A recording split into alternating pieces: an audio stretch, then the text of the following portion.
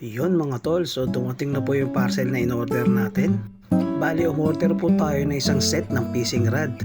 Tara't buksan na natin ito, let's go.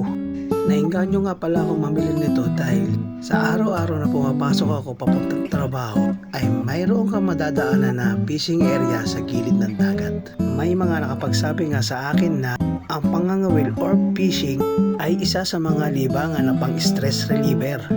Pero take note, dapat daw ay matyaga ka sa pangangawil dahil medyo matagal daw makahuli ng isda, pero depende sa panahon. Pero kung makahuli ka, di panalo. So ayan mga tol, nabuksan na natin.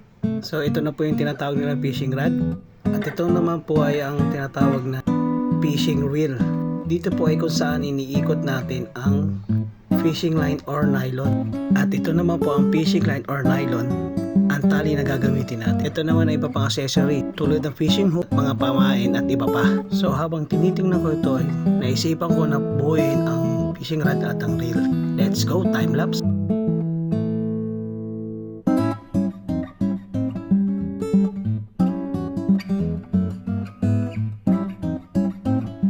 Yun, natapos din. Grabe, ang ganda pala nito.